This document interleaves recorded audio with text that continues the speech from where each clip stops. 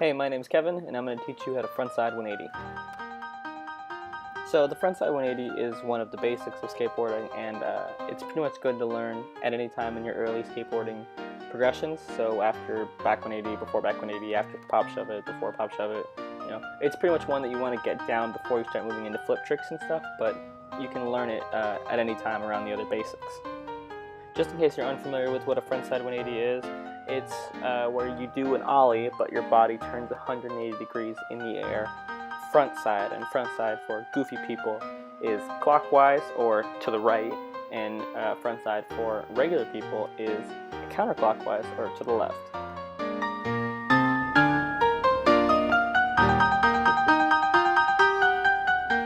When it comes to how you want to put your feet on a frontside 180, it's very similar to an ollie, except your front foot will have your toes hanging off a little bit more, and your back foot will be a little bit closer to the bolts. As you can see here, when you do an ollie, you have your heel of your front foot hanging off a little bit, and you have your back foot sort of on the very tip of the tail. But when you do the frontside 180, you want them like this. Some people do prefer to have their front foot having more toe off or less toe off, and some people prefer to have their back foot with their heel hanging off a lot more, so they can kind of scoop it frontside and get the rotation that way. And that's all fine, really. It just depends on how you feel comfortable and what feels balanced and secure for you, and whatever that foot position is, that's how you should do your frontside 180s. This is just kind of a good place to start from. One of the most important, if not the most important thing when doing frontside 180s is turning your shoulders. Having your shoulders ready to turn and already turning before you pop is how you get a really good rotation in the air.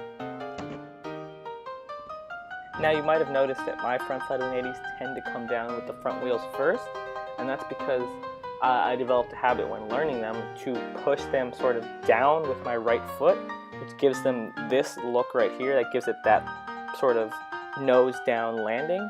It's just something I did early on to help me with the 180, and so if you want to try it to help you out, maybe that'll be the key for you to get that 180 if you're having trouble. But I would try to suggest to do the shoulder turn as much as you can before the pop. That way when you do pop, you're unwinding and turning in the air 180, and you get a flatter and nicer looking frontside 180. That's kind of all there is to this trick, honestly, is you set up in a position that is comfortable for you for a frontside 180. You do the best ollie that you can, and pre-pop you turn your shoulders, and as you're starting to go up, you unwind so you can, once in the air, just complete that rotation and do the 180. One thing I do want to say as a general learning tip is to not learn the easy versions of the basics before the actual basics. Like, don't learn fakey frontside 180s, even though they're easier to get a full rotation on, before regular frontside 180s. I see people have that problem all the time with backside 180s, is that they can't do a backside 180 all the way, but they can do half cabs and maybe even full cabs sometimes. It's a dangerous road to go down because, the fakey tricks are just easier to turn, and so you want to learn that, and then you start slacking off on, backside 180s, and it's just something I would suggest to stay away from.